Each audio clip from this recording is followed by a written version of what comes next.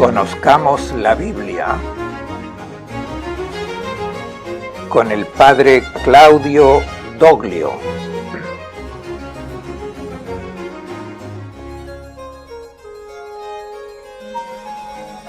Los Hechos de los Apóstoles, el camino de la palabra de Dios.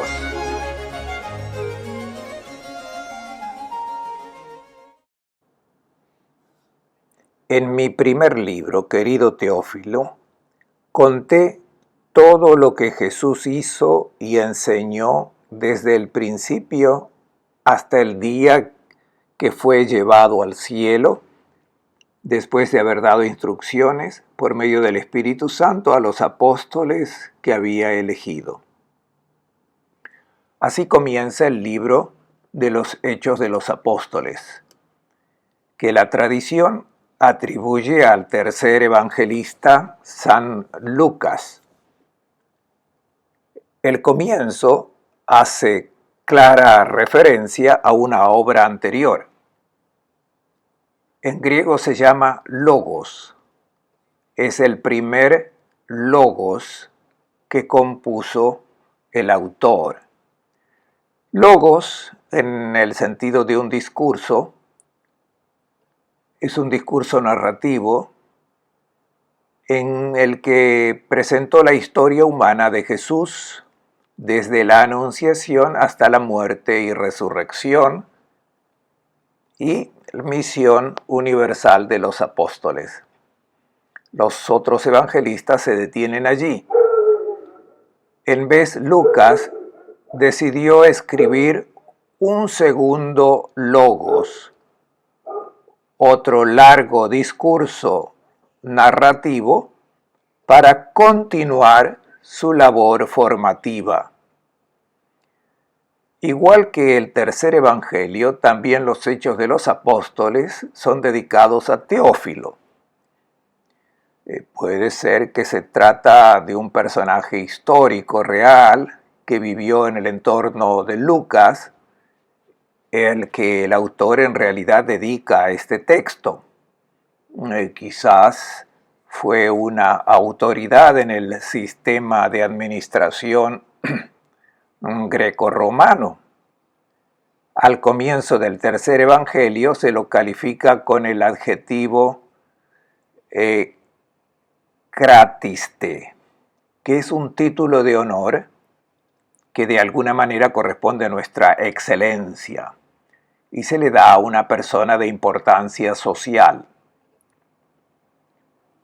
Esta persona debe haberse acercado a la predicación evangélica en la edad adulta y recientemente Lucas decide abrir sus 2 volúmenes de una obra única para este personaje específico, para ayudarlo a darse cuenta de la solidez de la enseñanza que se transmitió en la predicación, en la formación catequética.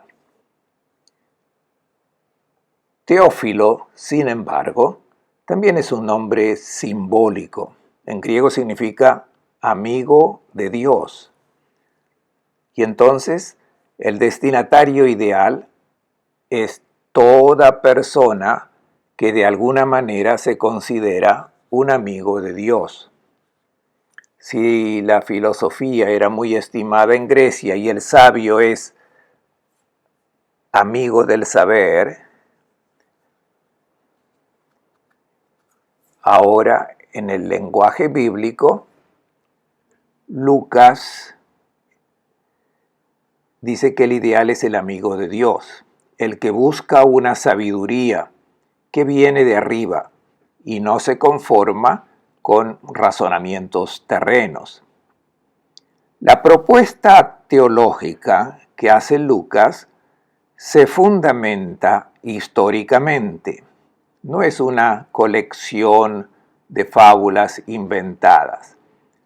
Las doctrinas que la comunidad cristiana está presentando al mundo no son invenciones humanas, sino que son la revelación de Dios a través de la persona de Jesús, reconocido como Hijo de Dios, y luego a través del testimonio de los discípulos de Jesús que partiendo de Jerusalén llegaron a proclamar el Evangelio hasta los confines de la tierra.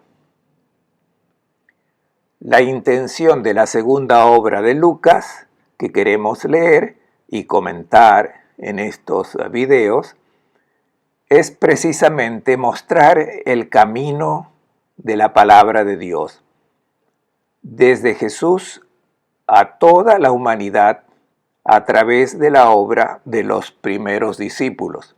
Partiendo de Jerusalén, la predicación se extiende como la pólvora. Se extiende por Judea, Samaria, llega a la ciudad de Antioquía de Siria, se extiende a Europa y llega a Roma. El libro terminará con el capítulo 28, con la llegada de Pablo preso a la capital del imperio. Lucas no pretende contar la historia de la iglesia, o sea, todos los hechos de esos años. Ni siquiera cuenta una biografía de Pedro y Pablo,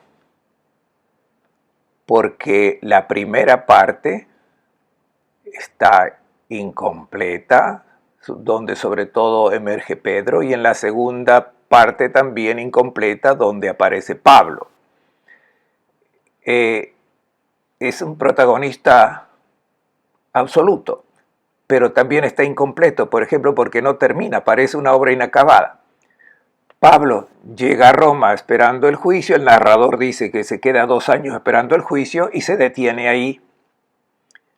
Es claro que sabe que el proceso absolvió a Pablo, que vuelve a comenzar, ahora libre, su trabajo. Continúa, pero esto los hechos ya no lo cuentan. Por eso debemos tener claro lo siguiente: no es la historia de toda la iglesia o las obras de todos los apóstoles, ni menos aún la biografía de Pedro y Pablo, sino actos, acciones, gestos de los apóstoles, especialmente de Pedro y Pablo, pero también otros como Esteban, Felipe y Bernabé. Lucas, siguiendo su cultura helenista, ha recopilado una gran cantidad de material histórico y lo ha reelaborado con habilidad dramática al presentar escenas. Es una historia de la predicación evangélica en cuadros. Es un discurso teológico lo que hace Lucas, pero históricamente fundado.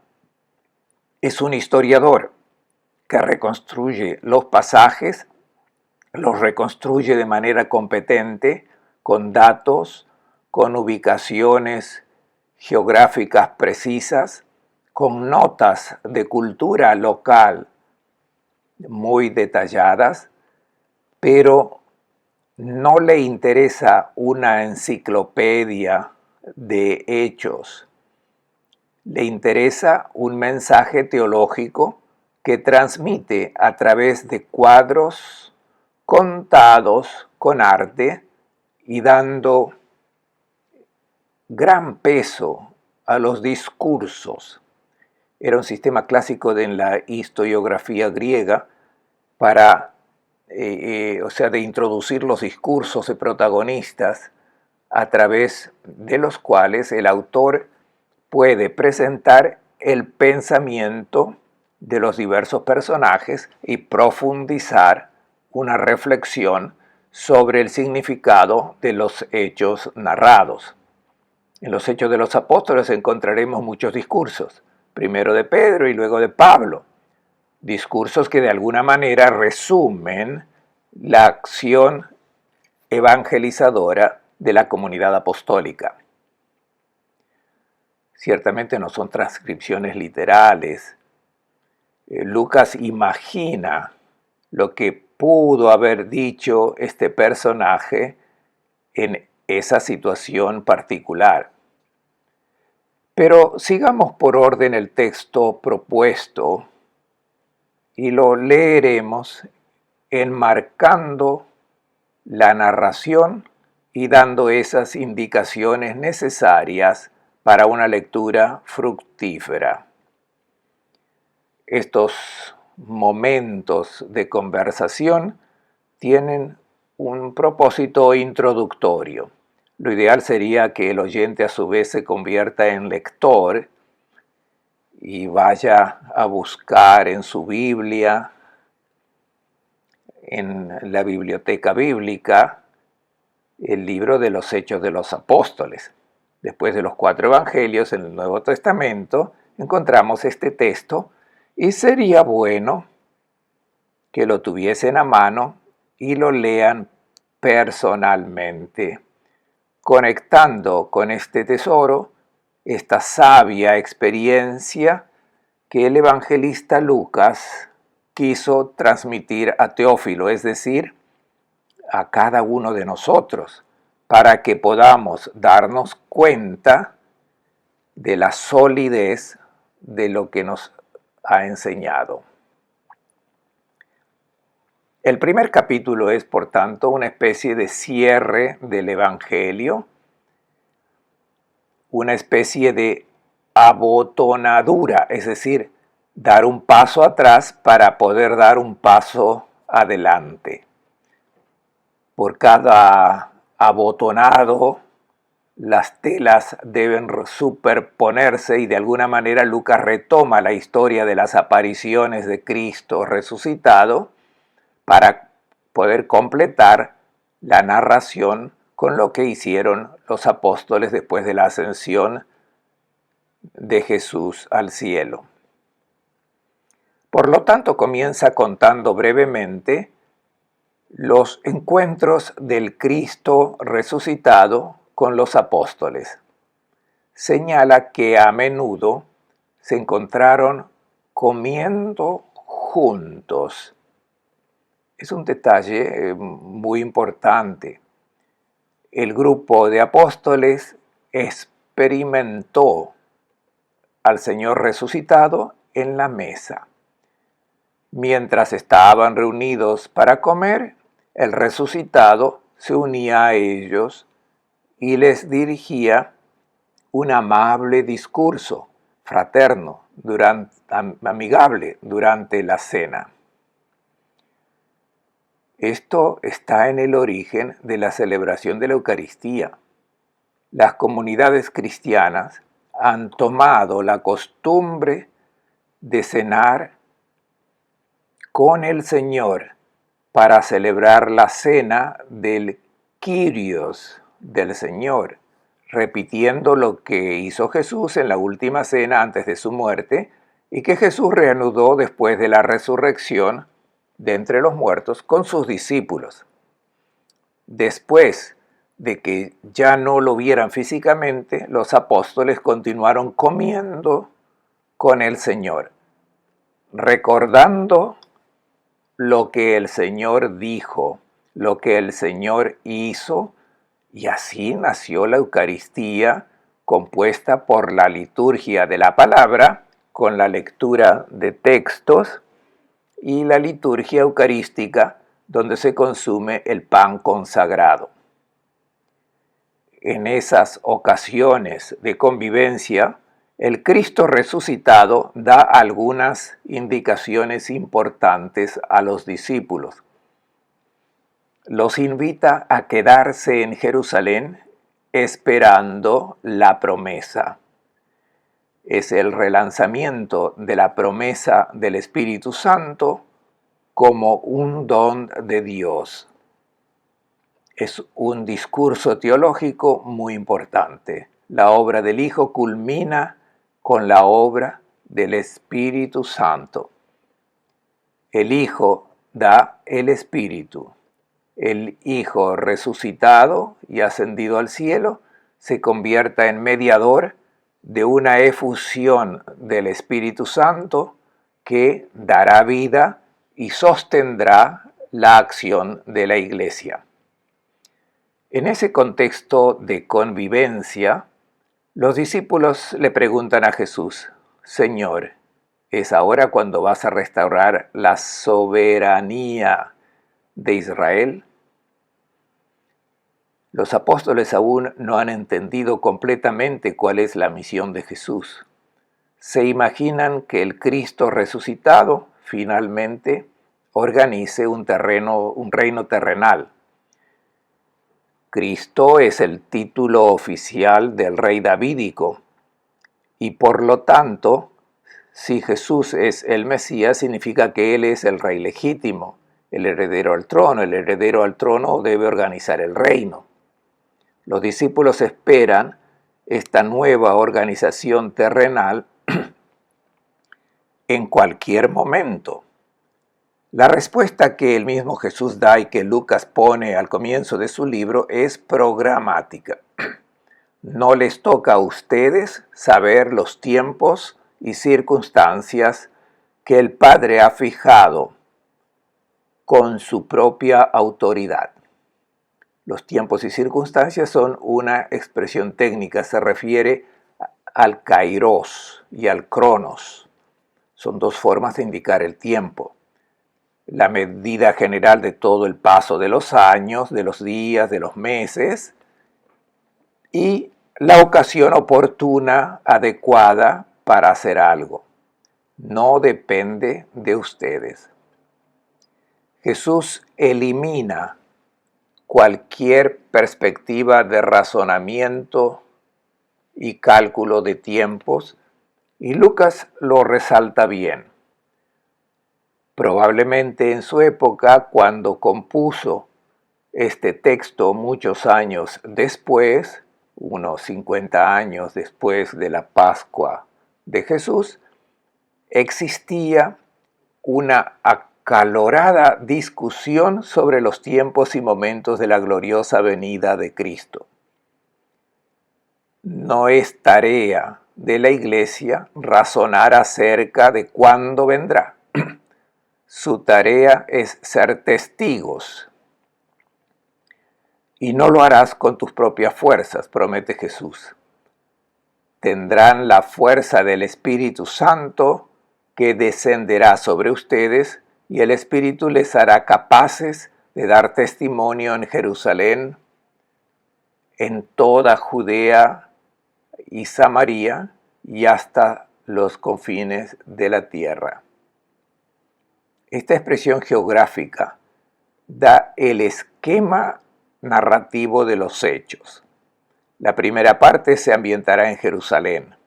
La segunda parte marcará la salida de la ciudad santa con la apertura a la religión de Judea y Samaria, para luego dar espacio en la tercera parte del relato a la gran misión de Pablo, que atravesando muchas regiones llegará a Roma, entendida como los confines de la tierra.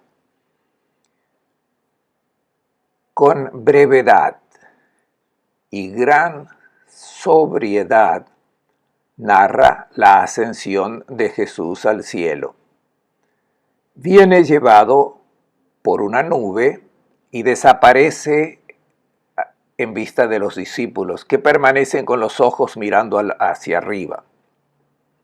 Y como en la mañana de Pascua, dos hombres con túnicas blancas habían dado el anuncio de la resurrección a las mujeres que habían ido a visitar la tumba, así en este día de la ascensión, 40 días después de la Pascua, dos hombres con túnicas blancas sacuden a los apóstoles diciendo: hombres de Galilea, ¿qué hacen ahí mirando al cielo? Este Jesús que les ha sido quitado y elevado al cielo, vendrá de la misma manera que lo han visto partir. Nuevamente notamos un punto de corrección con estas especulaciones sobre la futura venida de Cristo. ¿Qué hacen ahí mirando al cielo? Es como decir, No se queden con los brazos cruzados. No se pierdan en estas elucubraciones abstractas. Vendrá un día. No depende de ustedes saber cuándo será. Ustedes deben estar ocupados en lo que se les ha encomendado. Regresaron a Jerusalén porque Jesús los había llevado fuera al Monte de los Olivos, una montaña frente a la ciudad de Jerusalén, más allá del valle del Cedrón. Regresan a la ciudad y se hospedan en la casa donde habían encontrado hospitalidad para la última cena y para los días siguientes, en lo que solemos llamar el cenáculo. En esa casa, que probablemente perteneció a la familia del evangelista Marcos, la comunidad cristiana se aloja. Esa casa particular se convierte en el hogar de la iglesia. Y en ese contexto familiar, doméstico, se une la comunidad. Permanecen asiduos en la oración, juntos. Se enumeran los 11 junto con María, la madre de Jesús, y con sus parientes. Es una comunidad de alrededor de 120 personas. El grupo no es solo de los 12, sino que incluye un centenar de personas. Son los galileos vinculados a Jesús y algunos habitantes de Jerusalén que lo reconocieron como el Mesías. En estos días que preceden a la venida del Espíritu, se trata de repensar el papel de los 12.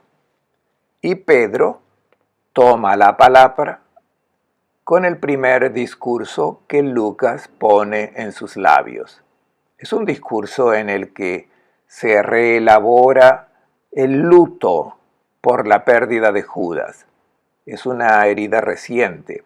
Uno de nosotros, uno de los nuestros, fue responsable de la muerte de Jesús. Tuvo un mal final y se alejó. Jesús nos había constituido como 12 para ser los nuevos patriarcas del nuevo Israel, y por lo tanto el número 12 debe ser reincorporado. Pedro guía a la comunidad a repensar la tragedia que han vivido. Ha habido un traidor, hubo un desgarro, hay algo que reconstruir. Es necesario retomar el discurso y elegir un nuevo apóstol. Y propone criterios. Debe ser alguien que haya vivido con Jesús durante todo el tiempo de su ministerio público, desde el bautismo hasta su muerte, y debe haber presenciado su resurrección.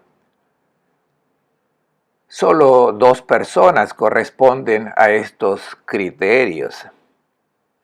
Hubieran podido integrar a los 2. Los 2 podían seguir dando testimonio, pero solo uno debe ingresar en el número de 12, precisamente para constituir ese número particularmente significativo.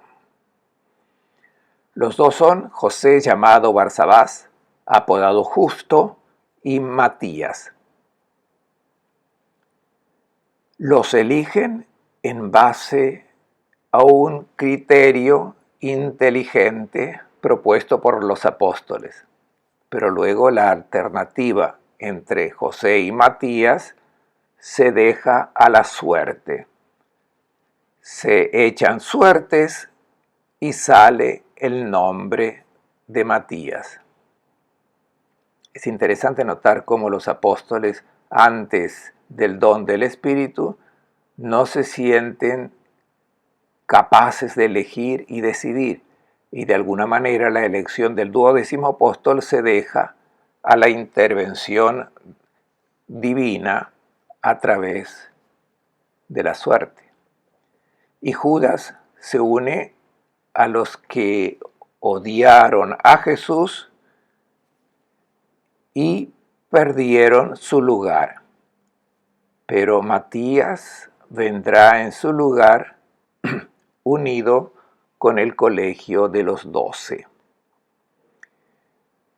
En este momento de repensar la historia y de espera del poderoso evento prometido por Jesús, termina el primer capítulo preparando la gran historia del primer Pentecostés cristiano, que es el acontecimiento que marca la apertura de las puertas y la salida de la Iglesia, el comienzo de la gran obra del testimonio apostólico.